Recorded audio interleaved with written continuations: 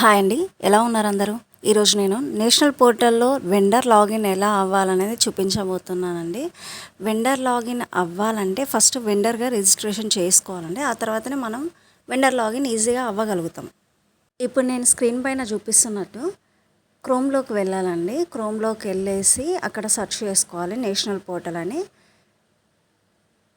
చూడండి, నేను ఆల్రెడీ ఇవన్నీ షార్ట్కట్ చేసేసుకున్నానండి. అంటే మనం క్రోమ్లోకి వెళ్ళగానే డైరెక్ట్ డెస్క్టాప్ మీదనే కనిపించేస్తాయి. National portal, vendor login, consumer login ఇవన్నీ నేను షార్ట్కట్ చేసేసి పెట్టుకున్నానండి. కావాలి ఇట్లా షార్ట్కట్ లేని వాళ్ళు డైరెక్ట్ గూగుల్లోకి వెళ్ళేసి నేషనల్ పోర్టల్ అని టైప్ చేసినా వచ్చేస్తుందండి. ఇప్పుడు నేను నేషనల్ పోర్టల్ క్లిక్ చేశాను కదా.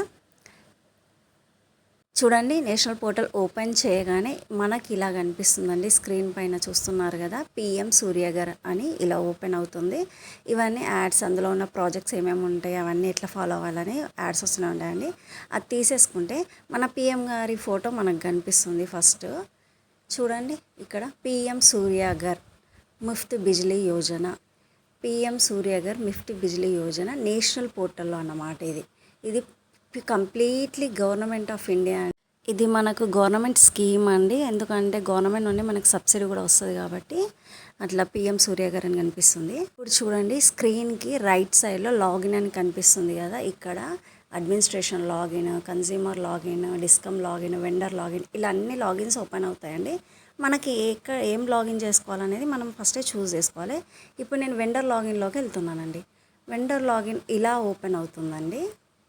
చూడండి, చూస్తున్నారు కదా, స్క్రీన్ పైన ఇలా ఓపెన్ అవుతుందండి. వెండర్ లాగిన్ అవ్వాలంటే స్టెప్ బై స్టెప్ ఎలా ఫాలో అవ్వాలని చెప్పేసి అక్కడ స్టెప్స్ కూడా ఇచ్చేస్తుందండి. ఒకసారి ఆ స్టెప్స్ అని చదువుకుంటే మనకి ఈజీ అయిపోతుందండి. ఫస్ట్ ఆ స్టెప్స్ అన్ని చదువుకోండి.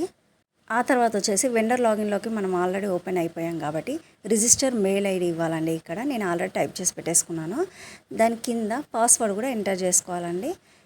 నేను సేవ్ చేసి పెట్టేసుకున్నాను కాబట్టి ఆటోమేటిక్గా చూపిస్తుంది. Register mail ID and password ఇచ్చిన తర్వాత హ్యూమన్ క్యాప్చా ఎంటర్ చేయాలండి. ఇక్కడ మనకి ఎప్పుడైనా 2 డిజిట్స్ చూపిస్తుంది, అవి యాడ్ చేయమని చూపిస్తుందండి. అవి యాడ్ చేసి మనం హ్యూమన్ క్యాప్చా ఎంటర్ చేసి లాగిన్ అవ్వాలండి.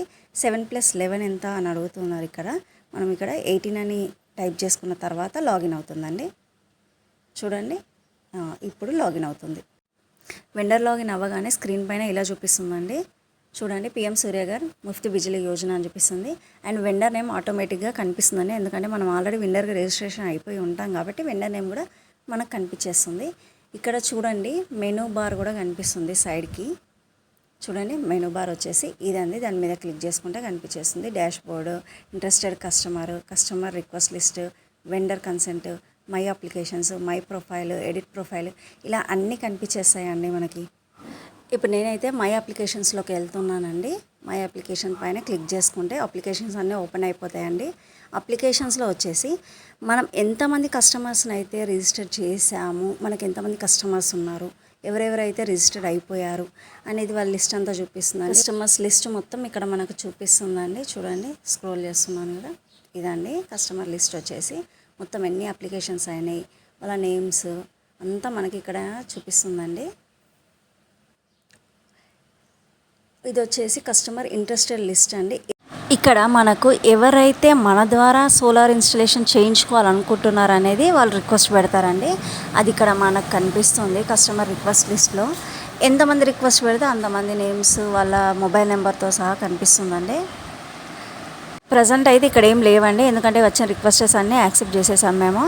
ఇది ఇలానే డైరెక్ట్ క్లోజ్ చేయకుండా మన వెండర్ ఐడి పైన క్లిక్ చేసేస్తే లాగౌట్ అనే ఆప్షన్ కూడా చూపిస్తుందండి. లాగౌట్ పైన క్లిక్ చేసేస్తే లాగౌట్ అయిపోతాము. డైరెక్ట్ ఇప్పుడు బ్యాక్ వెళ్ళిపోవచ్చు. నా వీడియో కనుక మీకు నచ్చినట్టయితే please like and subscribe my channel.